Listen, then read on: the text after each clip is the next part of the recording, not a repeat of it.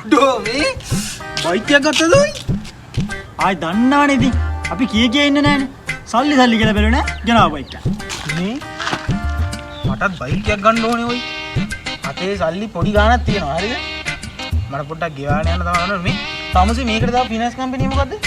Finance කම්පැනියක් නේ. එකක් තියෙනවා.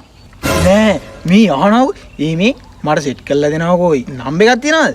සෙට් කරලා දෙනවකෝ. තමුසේ හරි මනුස්සයාට ආවේ ඔයි.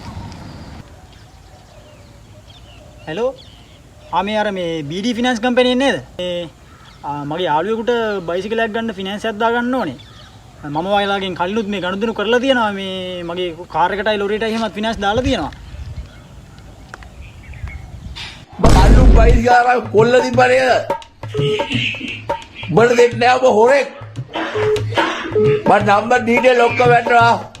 ඔබ හොරෙක් තනි කර ඔබ ඔබේ නම ක්‍රිප් එකේ තියලා නේද? ලෝන් එකක් සර් මේ එහෙම නෙමෙයි මේ ලෝන් එකක්වත් දාලා ගන්න බැරි වෙයිද? තෝගේ නම්බර් එක අහපු ගමන් තෝ ක්‍රිප් එකේ ඉන්නේ. තොට ලෝන් නත් බයික්වත් දෙන්නේ නෑ. ඉවතට යයි දෝ මම නම් අහකට විසිරයි දෝ දැන් හදවත පුපුරයි තරහින්